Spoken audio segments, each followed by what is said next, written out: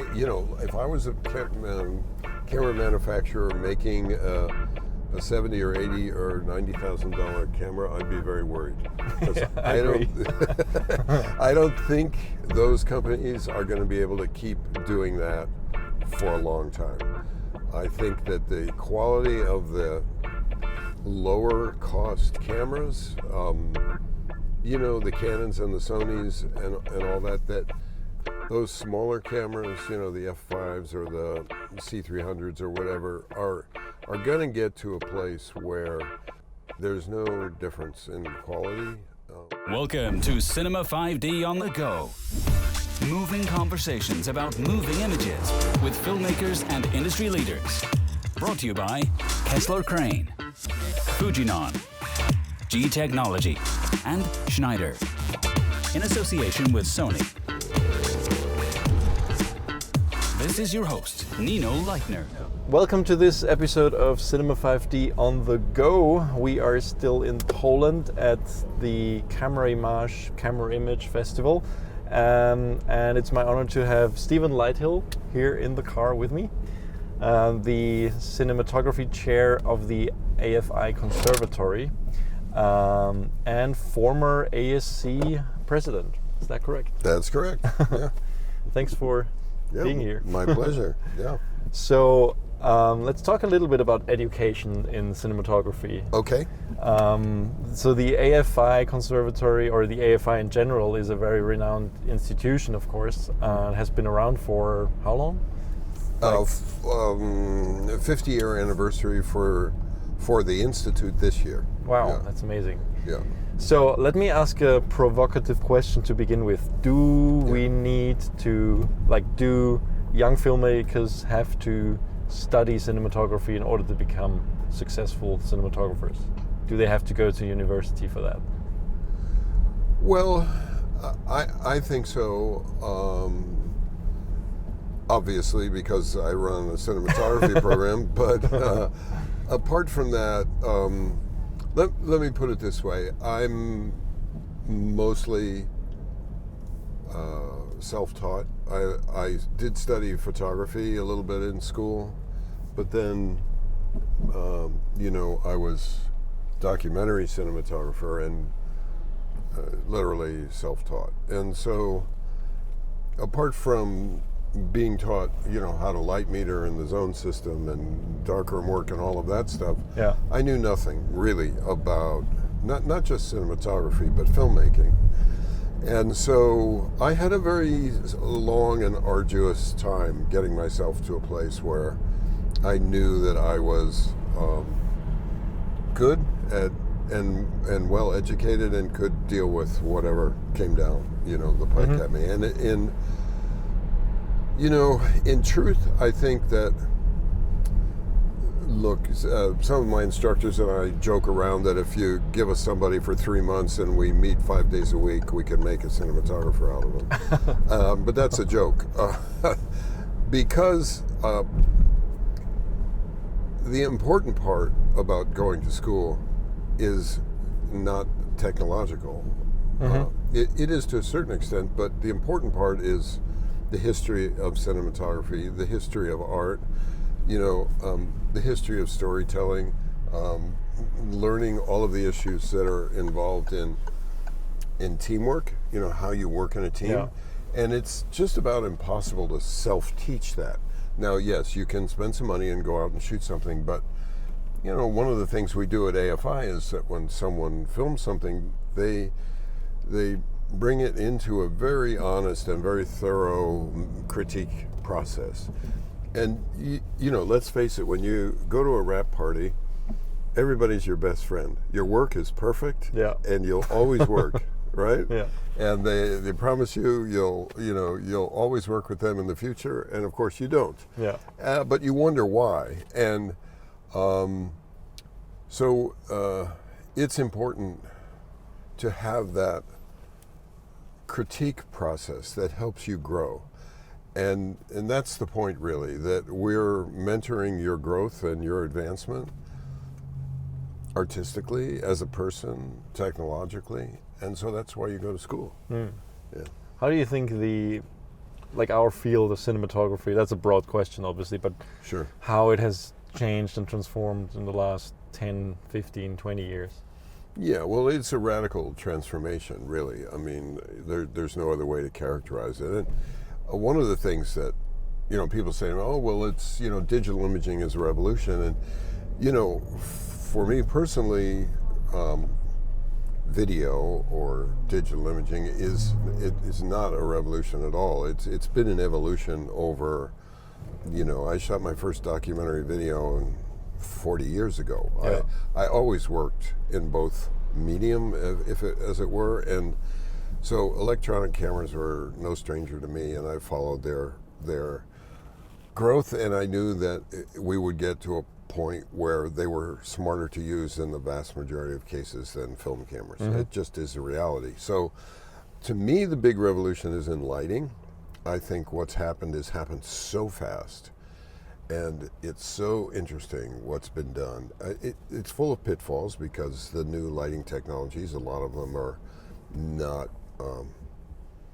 they're not well made. They have weird spikes in them, they put out weird skin tones, and you just have to be, very careful about how you use some of the new, and I'm not going to characterize them, as to what types they are, but there's just a lot of choices in lighting fixtures now, and you have to be very smart about it. And so we're getting to a place where in lighting you really need to know the tools of color correction to be able to set the lights properly, and the only good lights to use are the ones that you can control the XY coordinates from the color chart. So that to me is fascinating and fun, right?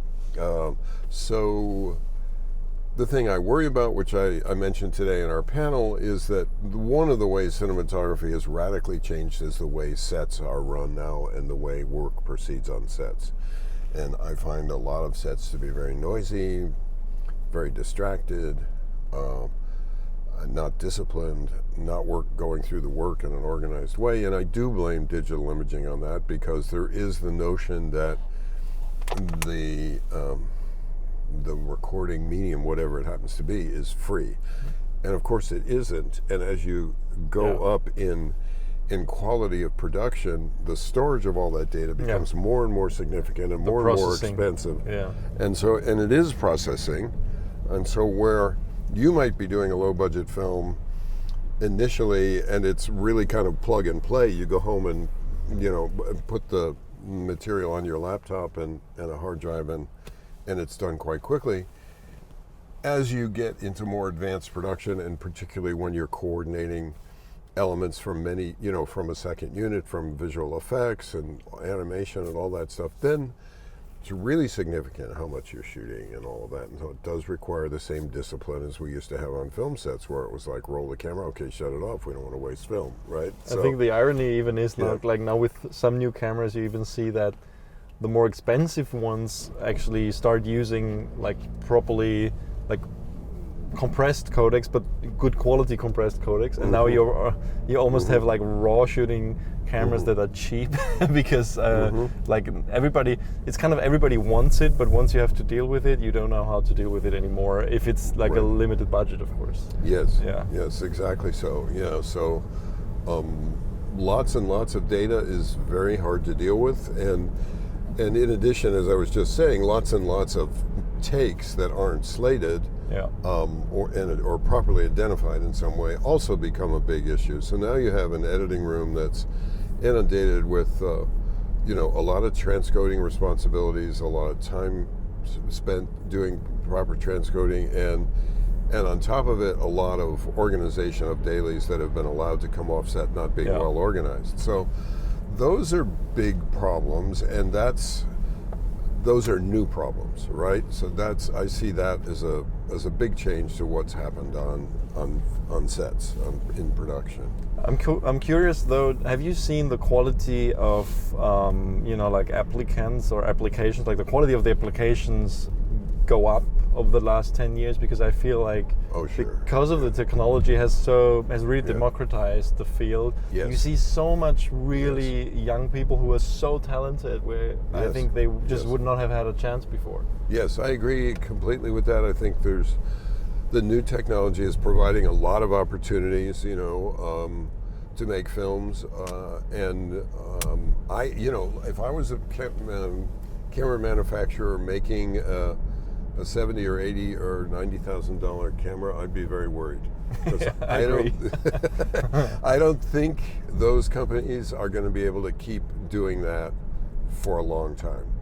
I think that the quality of the lower cost cameras, the Canons and the Sonys and all that where they do have some corporate history in making professional cameras, those smaller cameras, the F5s or the C300s or whatever, are going to get to a place where there's no difference in quality. The only difference is sort of the how they feel as cameras, how they sit on your shoulder, and all of those issues. The ergonomic issues will be important, but I think cameras are just going to get better and cheaper. Yeah.